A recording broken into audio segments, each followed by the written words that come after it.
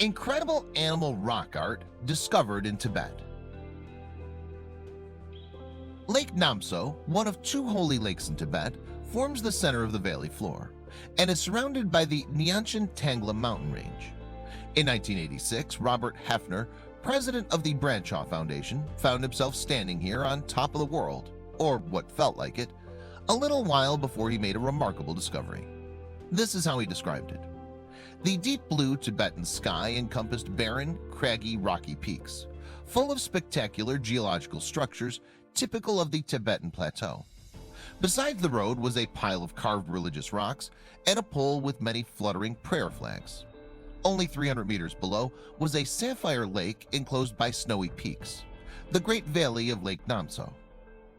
Hefner and a companion walked in a different direction to the rest of his party and chanced upon two small caves. They measured 3 to 4 meters high and 2 to 3 meters deep, with wonderful paintings covering their rock walls. At first skeptical, he realized the cave paintings could be well preserved here, out of the weather and in a dry environment. It was also an isolated area with just a few pilgrims or nomad yak herders passing by. The smooth walls of the caves were an off-white limestone cut through by a blue mineral that could have been azurite. The drawings were spectacular. The pigment used was red-brown and yellow-brown, with figures about 15 to 25 centimeters tall. Much of Tibetan rock art has figures in the drawings, often riding a horse, according to John Beleza, a leading expert in the field. The Oriental appearance would make sense given the history of Tibet.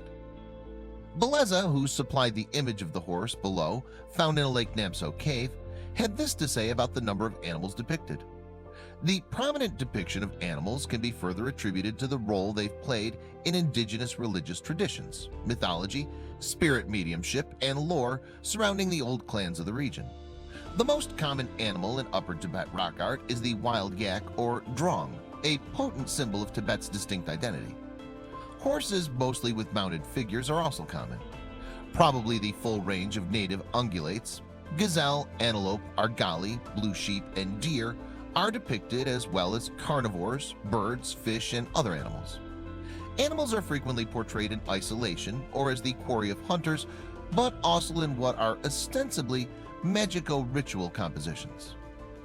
The rock art that Hefner found will be studied for generations so that others may learn all they can about them and their meaning to the lives of the Tibetans who painted them.